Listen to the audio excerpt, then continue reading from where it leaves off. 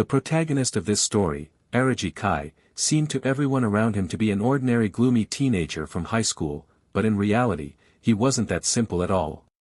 He was a professional assassin who terrified his victims, none of whom had ever escaped. Araji Kai's classmates hated him and bullied him because of his antisocial character and weird aura. But everything changed one day when Araji and his classmates were suddenly transferred to another world, a world of swords and magic. A mysterious messenger announced to them that they were all heroes, called to this world to defeat the Demon King, and to help them with such a daunting task, she bestowed them with superpowers. And, of course, Araji Kai got the most powerful one of all. Well, if you want to know which one, let's start this story from the beginning and get to the bottom of it. The scene starts with a man running through a dark alley. He looked anxious and afraid. As he came to a stop, he looked back and thought that maybe he got away somehow, but then, suddenly, someone put a knife against his throat. The man told the assassin that he would give him money if he wanted it in return for his life. But the very next second, the assassin slit his throat. The next morning, a young schoolboy was on his way to school, and he looked tired. His name was Araji Kai. He yawned and thought that after working all night long, it really sucked to go to school. He worked as an assassin. When he entered his classroom, other students began whispering among themselves. A boy named Midu Shuji greeted him with a wide smile. He was the soccer club's ace and the class president. Kai returned his greeting coldly and sat down at his desk. Meanwhile, a girl named Nagase Rei saw it all and commented that Kai was rude as always. She was a fashionable girl who stood out from the rest of the girls in the class. She went to Shuji and told him sternly that he need not greet people like Kai. Shuji defended him by saying that he might be tired, and that's why he was so cold. Suddenly, another student entered the classroom, and upon seeing him, Rei remarked how an even ruder person had just entered. The rude student's name was Erasure Shunsuke, the leader of a notorious local gang. A few students greeted Erasure, but when he saw that Kai was sleeping instead of greeting him, he went to his bench and yelled at him to get up. He drew his hand to grab him, but Kai grabbed his hand before he could react and said that he was sleepy and asked what he wanted from him. He let go of his hand, and Erasure called him a weirdo. Suddenly, another student named Kenzaki Rin asked them to be quiet. She was beautiful and talented, both in martial arts and literature. She was the cool and aloof top beauty of the school.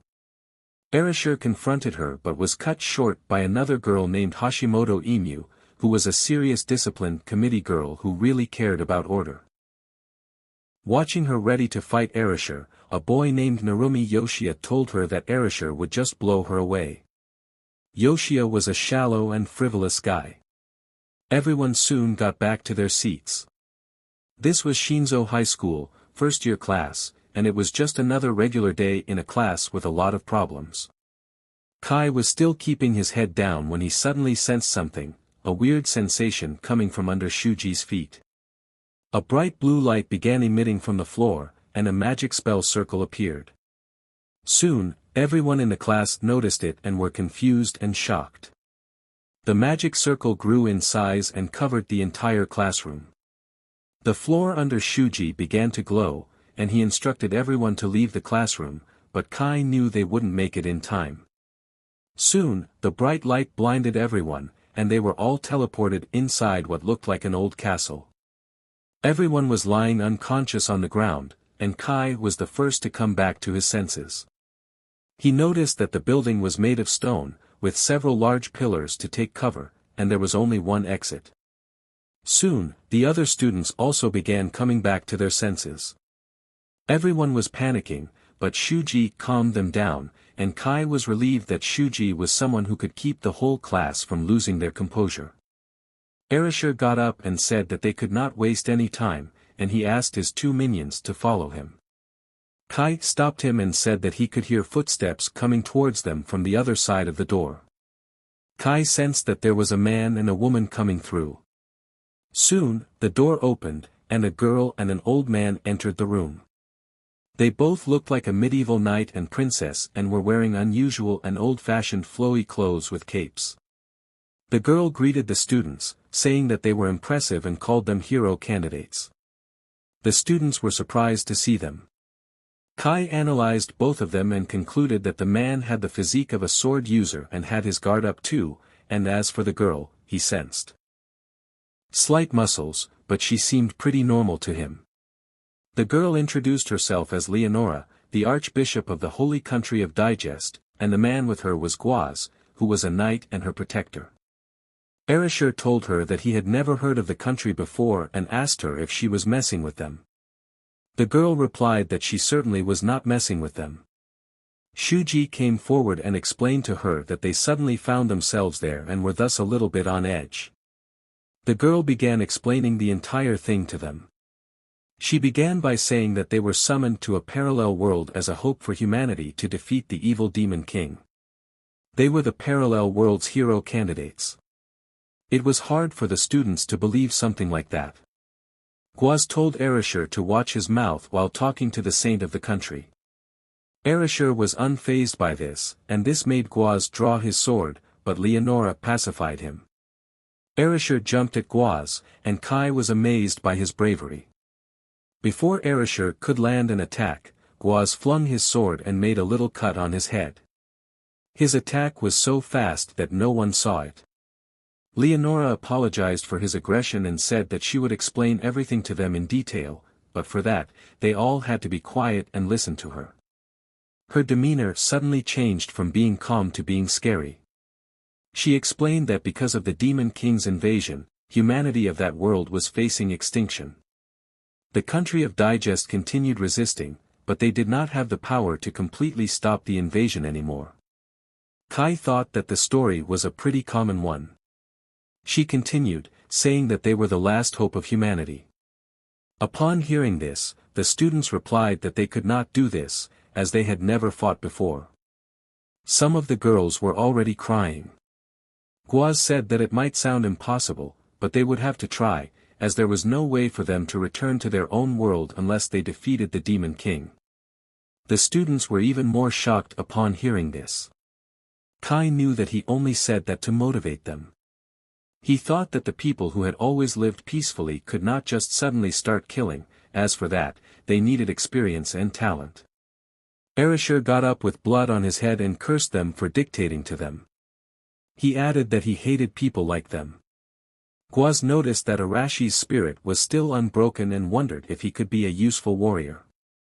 Guaz held his sword and decided to kill Erishur, as he could be trouble for them. But before he could do anything, he saw that Leonora was healing Arashi's wound. She explained that the power she was using was called the system and was granted to them by their gods. She simplified it for them and said that it was just like magic from their world. Kai noticed that she knew about their culture and wondered if she had previously summoned people from their world. She walked toward Shuji while saying that the power was the reason why she summoned them all there. She raised her hands, and Shuji's wrist began glowing, and soon he had a sword made of light in his hand. She further explained that they could wield the power of the system and awaken their innate abilities of divine protection. She said that she knew she had a selfish request, as she called them all there, and now they could not leave, and asked them to lend her their powers. Shuji said that no matter how much power they gave them, they still could not fight right away. She replied that they would indeed be trained, and during their training, they would be taken care of. Shuji took control of the situation and told his classmates that he knew they were scared, but the first thing they needed was information and protection. He told them that they should hear them out for now, and the classmates agreed with him. When Leonora saw that they were all ready to lend their hands, she began giving them their divine powers. Muri was given telekinesis, Erishur got explosion powers, Rina received fire powers, Yoshia received wind powers, and others also received different and amazing powers. Leonora asked if anyone was left, and Kai raised his hand. She gave him his powers too, and he noticed that his field of vision was changing, and as soon as he finished getting his powers, he could read Leonora's stats.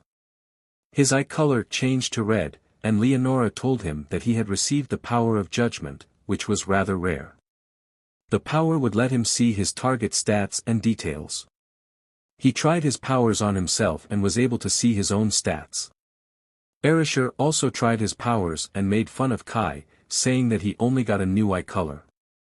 Kai noticed that the students were acting high and mighty. They didn't even have much information about the world yet, and their powers were also borrowed and could be taken away at any time. But he was chill because he had plenty of other ways to kill people. After everyone received their powers, Leonora told them to take some rest. In the evening, the hero candidates were taken to their personal rooms.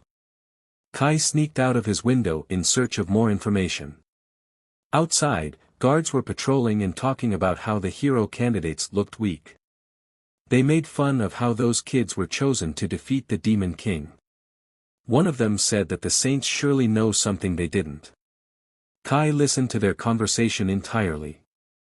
He used his judgment power to check the stats of one of the guards and noticed that he only knew swordsmanship. He soon left in search of more information. He had also learned about the structure of the city, which was a fortified city. He wanted to get inside the inner castle, but the gates were heavily guarded, so it was hard to sneak in. He decided not to rush things and come back another time. Meanwhile, in an open field, Rina was looking for a good spot with her two minions. They were there to practice their new powers. They began conjuring their respective elements and observing them, as Rina was curious to know more about the whole divine protection stuff. Kai was hiding in a bush, spying on them when he suddenly felt a strange sensation. The girls also heard a weird noise coming from the bushes. It was a giant lizard-looking creature, attracted by the girls' magic. Kai quickly used his magic to view the monster's stats, and he was shocked by how overwhelmingly high they were. The monster roared and charged at the girls, prompting Kai to conclude that it was indeed strong and aggressive. However, he observed that it ran only in a straight line and lacked intelligence. He threw a knife at it, and it pierced the creature's thick skin. At that moment, Rina stumbled and fell.